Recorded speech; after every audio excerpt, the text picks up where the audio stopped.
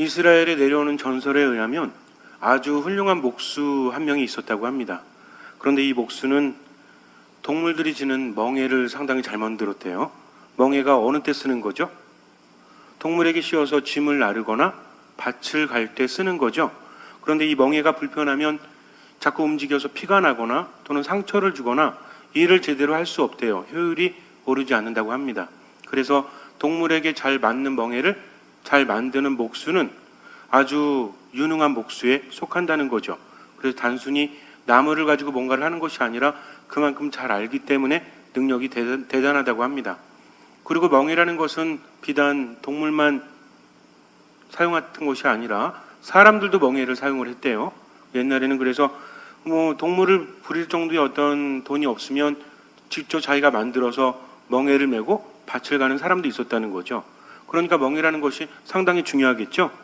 자기가 이렇게 밭을 가는데 자기가 멍에를 메고 이렇게 밭을 가는데 불편하면 어떻게 돼요? 힘들죠. 그러니까 아주 잘 만드는 목수에게 부탁을 해서 좋은 멍에를 구입하기만 하면 그것이 아주 큰 재산이 되었다고 합니다. 그래서 수많은 사람들이 이 멍에를 사기 위해서 바로 그 목수에게 찾아갔대요. 이 목수는 나이가 많지 않았대요. 그런데도 오는 사람들에게 아주 딱 맞는 그런 멍에를 만들어 주었다고 합니다. 그 목수의 이름이 예수래요. 제가 만들어낸 이야기가 아닙니다. 이건 실제로 초기 그리스도교인들 사이에서 내려오는 전설이라고 합니다. 그래서 멍에를 가장 잘 만들었던 목수는 누구라고요? 예수님이라는 거죠. 그런데 그 예수님께서 우리에게 뭐라고 하십니까? 무거운 짐을 주고 수고하는 이들 모두 내게 오너라 하시면서 뭐라고 하세요? 보통 우리가 여기까지만 듣고 성당에 오죠. 세례받고 성당에 열심히 나오면서 내 삶의 고통이 사라지길 바래요. 그래서 주님 제 고통을 좀 없애주십시오. 저에게 좀 편히 살 수 있는 그런 삶을 주십시오라고 청하지만 주님께서는 그런 것들을 없애주시는 분이 아니라는 거죠. 우리 삶의 고통이라는 것들이 다 사라지면 과연 좋을까요? 여러분들은 고통을 어떻게 받아들이십니까? 고통이 없다면 우리들의 삶이 나아질 수 있어요? 아이들에게 시험이 없다면 과연 좋을까요? 학교 왜 다녀요 그러면? 뭔가를 배우기 위해서? 시험이라는 것이 스트레스가 되기도 하지만 아이들에게 무엇을 줍니까 안 줍니까? 준다라는 거죠. 인간은 고통이라는 것을 겪으면서 성장할 수밖에 없다는 거죠. 물론 우리들은 고통을 피하려고 하지만 운동을 할 때도 어때요? 오늘부터 내가 좀 운동을 해야 되겠다 하면서 우리 신자분들도 많이 운동하시죠? 저기 저수지를 돌거나 산에 가시거나 아니면 자기에 맞는 운동을 할 때 처음에 어때요? 힘들지 않습니까? 그럼 숙달 되면 안 힘들어요? 그래도 힘들죠. 근데 왜 해야죠? 제가 어디더라 여기 근처 어디였나 아니면 다른 데였나 모르겠는데 가다 보니까 헬스클럽 같은 데가 있는데 사람들이 아파트 어디 아파트인지 모르겠어요. 제가 언제 얼마 안 돼 가지고 집 축복을 갔었나 뭘 갔었는데 아파트에 헬스클럽 비슷한 게 있는 곳이 있더라고요. 어디죠 거기가? 무슨 아파트인지 모르겠어요. 잘 차를 타고 갔기 때문에. 근데 사람들이 러닝머신 하고 있고 그다음 옆에서 이렇게 역기 같은 거 들고 있고 그거 왜 하고 있죠? 힘들게? 그 사람들은 돈을 받아가면서 운동을 하고 있을까요? 아니면 돈을 내면서 하고 있을까요? 왜? 미쳤으니까? 왜 돈 내고 힘든 일을 합니까? 자신들의 건강을 위해서 그 자체를 즐기고 있다는 거죠. 물론 건강을 위해서도 하지만 우리가 운동을 하면서 땀을 흘리면 기분이 좋아요 안 좋아요? 기분이 좋죠. 그래가지고 분명히 힘들지만 스스로 원해서 그것을 하기도 하지 않습니까? 이렇게 인간의 인생이라는 것은 고통이 없이는 행복도 찾아올 수 없어요. 어쩌면 서로 간에 좀 힘들게 하는 것들이 있기 때문에 더욱더 발전된 모습으로 더욱더 사랑할 수 있는 것이 바로 인간이 아니겠습니까? 그래서 약간의 불편함이나 다툼은 서로를 돈독하게 하는데 도움이 되기도 하죠. 그래서 젊어 고생은 사서도 한다고 하잖아요. 왜? 그 고생을 통해서 많은 것을 얻을 수도 있기 때문입니다. 여러분들은 과연 어떻게 생각하십니까? 정말 고통이라는 것이 우리 인생에 있어서 사라져야 된다고 생각하세요? 고통이라는 것은 나름대로 가치와 의미가 있다는 거죠. 근데 문제는 뭐냐면 고통 자체로 머물러 있으면 의미가 있어요 없어요? 어떤 사람이 죽도록 고생했다 젊어서 근데 늙어서도 고생했다 이러면은 젊어서의 고생은 의미가 있는 것입니까 없는 것입니까? 의미가 있어요? 젊어서도 고생했는데 늙어서도 고생했다. 그럼 이 사람의 젊어서의 고생은 별 의미와 가치가 없을지도 몰라요. 그러나 고생 끝에 뭐가 와야 돼요? 고생 끝에 고생이 오면 하시겠습니까? 자, 여러분들 내일부터 열심히 하세요. 하나도 안 나아질 겁니다. 이러면 열심히 하실 분 손 들어보세요. 애들한테 열심히 공부해봐. 그래도 니네 대학을 못 갈 거야? 그럼 아이들이 공부하겠습니까? 안 한다는 거죠. 무엇이 있기 때문에? 내가 이 고통을 통해서 성장할 수 있다라는, 또 목적을 이룰 수 있다라는 희망이 있기 때문에 인간은 고통을 받아들이고 오히려 즐겁게 고통을 누리기도 한다는 것이죠. 그렇기 때문에 고통이라는 것은 고통으로 머물면 안 돼요. 그러나 고통에 어떻게 맞서느냐에 따라서 고통의 의미가 달라질 수도 있다는 것입니다. 지금 여러분들을 괴롭히고 있는 모든 것들이 반복되고 있다면 그것은 의미가 없어요. 그저 고통일 뿐입니다. 그러나 우리 그리스도인들은 주님에 대한 믿음이 있기 때문에 고통이 있다라고 한다면 이 고통 안에서 무엇을 발견하죠? 우리들은 환난도 자랑거리로 여깁니다. 왜냐하면 환난은 인내를 낳고 인내는 수양을 낳고 수양은 희망을 자아내기 때문입니다. 그런데 이것이 무엇 때문이에요? 내가 잘나서가 아니라 성령을 통해서 우리 마음속에 하느님의 사랑이 부어졌기 때문이라는 거죠. 우리가 희망을 가질 수 있는 근본적인 이유는 하느님께서 나를 사랑하시기 때문입니다. 온전히 믿기 때문에 희망을 가지고 이 고통 안에서도 의미를 발견하니까 고통을 통해서 많은 것을 얻기도 한다는 거죠. 그래서 진짜 천주교 신자들은 고진감래를 믿죠? 왜 믿어요? 이 고통이 닿으면 즐거움이 온다는 것을 왜 믿습니까? 하느님에 대한 믿음이 있기 때문에 그 희망을 가지고 있다는 거죠. 이런 희망이 있는 사람과 없는 사람은 삶 자체가 달라요. 그냥 고통만 알고 있는 사람, 희망이 없는 사람은 고통에 짓눌리니까 어떻게 돼요? 그 안에서 괴로워하고 힘들어하고 절망 속에 빠지니까 아무것도 나아지지 않죠. 그러나 희망이 있는 사람은 어떻게 합니까? 고통이 있다고 할지라도 고통에 짓눌리지 않고 어떻게 하면 이 고통을 극복할 수 있을까? 어떤 것이 하느님의 뜻일까? 하면서 생각하고 기도하고 하느님께 청하면서 자신의 삶을 헤쳐가니까 뭔가를 이루게 된다는 겁니다. 그래서 고통 앞에서 어떤 믿음을 가지고 있느냐에 따라서 고통의 의미가 완전히 달라질 수도 있다는 거죠. 어떤 사람은 평생 고통스러워해요. 그러나 어떤 사람은 지금의 고통을 기쁨으로 바꾸기도 한다는 거죠. 우리 그리스도인들은 어떤 사람이 되어야 돼요? 맨날 고통스러워하면서 불평하면 됩니까? 안 됩니까? 불평한다는 건 뭐가 없다는 얘기예요? 믿음이 없고 희망이 없죠. 그러나 분명히 주님께서 나를 사랑하시기 때문에 이끌어 주실 거야 라고 믿는 사람은 불평하지 않고 온전히 맡기니까 그때부터 누가 함께 하십니까? 주님께서 함께 하셔서 내 삶을 변화시켜 주시고 이끌어 주신다는 거죠. 이런 믿음이 있는 사람은 잘 몰라도 하느님 안에서 삶으로서 그분을 증거합니다. 근데 교리는 많이 알아. 성당에는 많이 다녔어. 근데 삶 안에서 이런 확신이 없다면 그 사람은 참으로 믿음이 있는 사람이 아니에요. 그냥 취미생활하는 겁니다. 성당에 와서 이런저런 활동하고 기도하는 척할 뿐이지 실제로 하느님을 만나지는 못했다는 거죠. 하느님을 믿는 사람의 첫 번째 특징은 절대로 희망을 잃지 않고 힘을 낸다는 거죠. 내일 일은 알아요, 몰라요? 모르니까 걱정합니까, 안 합니까? 걱정 안 하죠.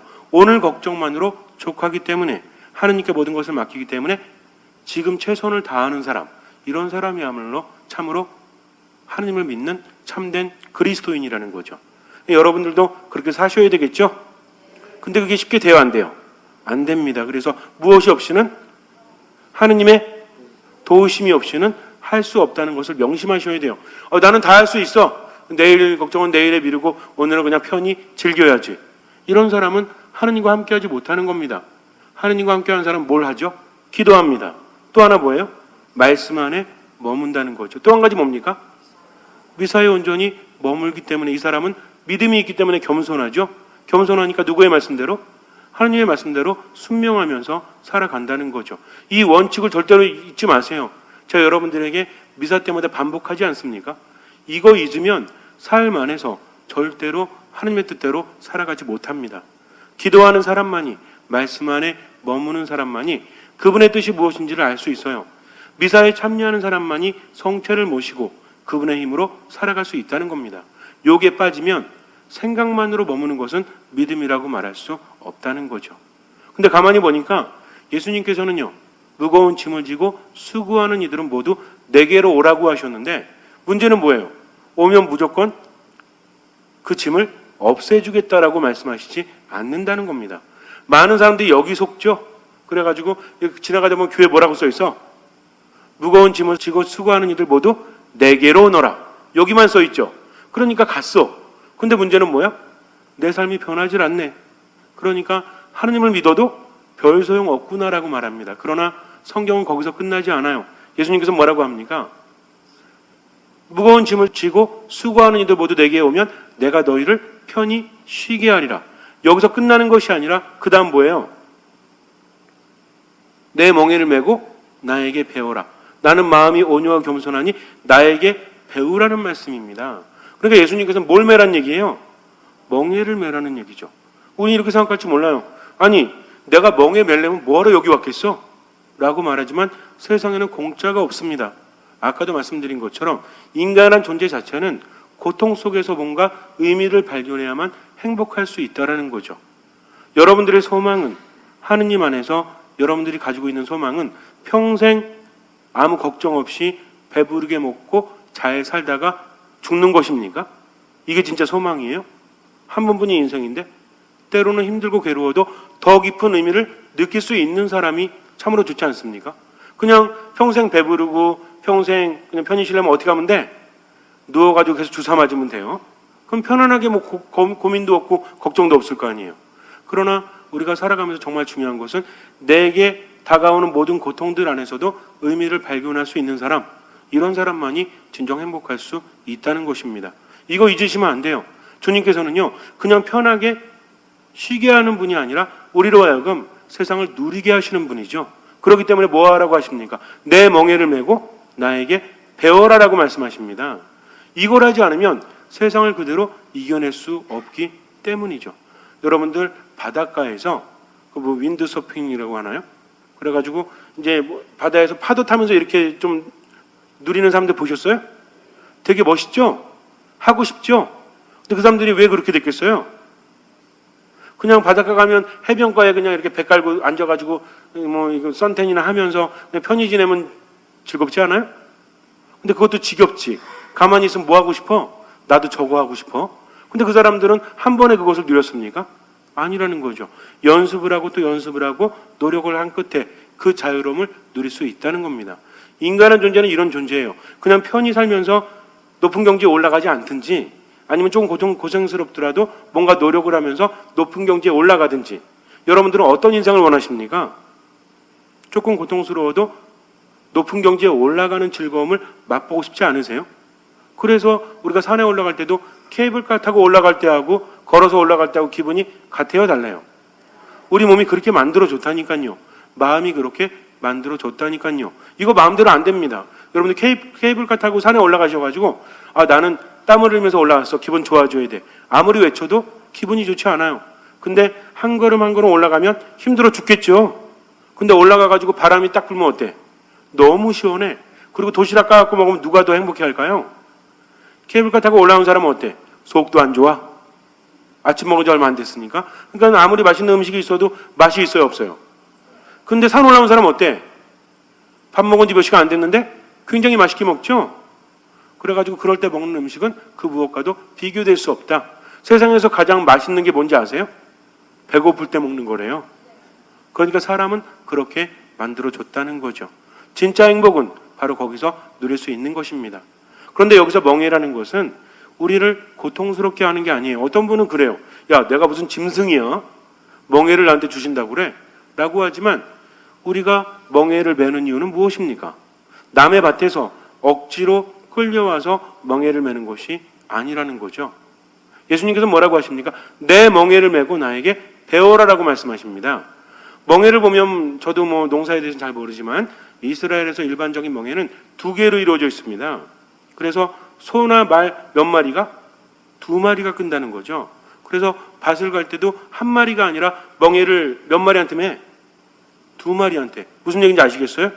그렇다면 예수님의 멍해를 메고 그분께 배운다는 것은 무엇입니까? 만약에 예수님께서 짐승 다루듯이 신앙인들을 대한다면 멍해를 씌우겠죠? 그리고 부리겠죠? 그러나 예수님께서 뭐라고 하셨어요? 내 멍해를 메고 누구에게 배워라? 나에게 배워라. 그러면 누가 멍해를 진다는 얘기입니까? 예수님께서 그 멍해를 지고 가신다는 거죠. 그러니까 나는 그분과 함께 멍에를 맨다는 것입니다. 이 말씀을 들었던 이스라엘 사람들은 우리하고 좀 생각이 달라요. 아, 그렇다면 멍에가 두 개인데 이 중에 하나는 누가? 예수님께서. 또 하나는 누가? 내가 메고 간다는 거죠. 내 옆에서 예수님께서 내 삶의 멍에를, 그분의 멍에를 내가 메고 앞으로 간다면 그 사람은 행복하겠습니까? 행복하지 않겠습니까? 행복하다는 거죠. 어차피 무거운 짐을 지고 수고하는 사람들 오라고 하셨어요. 초대입니다. 그냥 인신매매하듯이 납치해가지고 멍에를 씌우는 것이 아니라 어차피 너희들의 삶이 힘들지 않느냐? 그러니까 내가 너희를 편히 쉬게 하겠다. 지금 너희들은 너무나 무거운 짐을 지고 그렇게 고통스러워하면서 허덕이고 있지만 내가 주는 멍에는 편하다라고 말씀하십니다. 멍에가 나에게 딱 맞게 그분께서 만들어 주셨다는 거죠. 그리고 그분과 함께 이 멍에를 가지고 밭을 갈고 있으니 내 삶의 고통이나 이런 것들이 아주 쉽게 갈려진다는 거죠. 예전에는 삶이 너무나 힘들었어요. 그런데 하느님을 믿고 그분의 말씀을 묵상하다 보니까 삶이 어떻게 보여요? 다르게 보인다는 거죠. 복음을 접할 때 아주 단순하게 접하면 안 돼요. 예수님께서 멍에를 주려고 하시는 이유는 무엇입니까? 어차피 힘들다는 거죠. 어차피 밭을 갈아야 되고 어차피 무거운 짐을 지어야 되는 것이 인생이라면 그분께 주시는 멍에는 그분의 노예로 부르려고 하는 것이 아니라 내가 갈아야 될 밭, 내가 져야 될 짐을 더 편히 지을 수 있도록 그분이 우리에게 만들어 주신다는 겁니다. 멍에를 잘 만든다는 것은 무엇이에요? 멍에를 지는 사람에 대해서 잘 안다는 거죠. 그럼 주님께서는 우리에 대해서 더 잘 아신다는 거죠. 나는 이 멍에를 지고 싶어. 근데 예수님께서는 어떤 멍에를 지라고 하셔? 저쪽에 멍에를 지라고 하세요. 마음에 안 들거든요. 근데 매보니까 어때? 아주 편하거든요. 처음에는 몸에 안 맞는 것 같지만 거기에 맞춰가야 되지 않습니까? 내 자세가 잘못되었기 때문입니다. 가끔 보면은 무슨 척추교정 의자다 뭐 이런 거 있잖아요. 효과가 얼마나 있는지 모르겠지만 몸을 교정해주는 뭐 기구들이 있죠. 이런 것들이 편해요, 안 편해요? 그래가지고 뭐 어떤 이렇게 보면은 내가 이제 좀 허리를 좀 이렇게 좀 펴야 되겠다. 그리고 이제 특히 우리 아이들 같은 경우에는 맨날 가방 메고 이렇게 숙이고 공부만 하니까 내장기관이 튼튼하지 않잖아요. 그러니까 뭐 피라고 그래? 가슴 피라고 맨날 그러잖아요, 애들한테. 근데 애들이 처음에 피면 이게 불편해요, 편해요? 아주 불편하지. 그러나 이래야만 살 수 있는 거죠. 한 번, 두 번 그렇게 하다 보면 나중에 이게 편해집니까? 아니면 불편해집니까? 편해진다는 거죠. 나중에 가면 거기에 맞게 되면 이게 얼마나 편한지를 나중에서야 깨닫게 된다는 겁니다. 우리는 노예로 부려지는 사람들이 아닙니다. 주님께서 너무나 사랑하는 사람, 그래서 내 멍에를 메고 나에게 배우라 하시는 그분을 따라서 배울 때 우리 삶이 달라질 수 있다는 거죠. 예수님도 나와 함께 멍에를 지고 가시니까. 그럼 여러분들은 어떻게 하시겠습니까? 앞으로 그냥 내 삶을 살아가는데 내 마음대로 내 기분대로 그렇게 살아가실 거예요? 아니면 주님께 배우면서 살아가실 거예요? 어차피 인생이 힘든 거라면 멍에를 지는 게 조금 고통스럽긴 하지만 내 몸에 맞게 되면 오히려 더 편하지 않습니까? 더 즐겁지 않습니까? 더 행복하지 않습니까? 그것이 바로 신앙생활이라는 거죠. 신앙이라는 것은 억지로 하는 것이 아니라 주님께서 얼마나 좋으신지 그분이 나를 얼마나 사랑하시는지 깨달아가면서 체험하고 힘을 내는 것이 바로 진정한 신앙생활이라는 거죠. 뭐 어떻게 하면 그분께 배울 수 있어요? 말씀 안에서 머무를 때 그분께서 나에게 체험을 주십니다. 이 미사에 온전히 머무를 때 그분께서 나에게 은총을 내려주신다는 거죠. 여러분들은 자꾸 들으셔야 돼요. 듣다 보면 어때요? 내 마음이 달라짐을 느낍니까? 안 느낍니까? 느낍니다. 정말 삶 안에서 느껴요. 그럴 때 주님께서 함께 하시죠. 이제 고비예요. 여러분들이 그걸 느끼셨다면 이제 삶 한가운데서 하느님의 뜻이냐 내 뜻이냐, 인간적으로 볼 때는 내 뜻이 맞을 수 있어요. 그러나 하느님의 뜻대로 살아가는 사람은 내가 이해하지 못해도 주님의 말씀이니까 따르는 거죠. 그러면 주님께서 함께 하시고 무엇이 일어납니까? 기적은 일어난다는 거죠. 그것이 바로 신앙입니다. 잠시 눈을 감으세요. 어차피 힘든 인생이라면 우리들의 이 고통이 의미 없는 것으로 끝나면 안 되지 않습니까?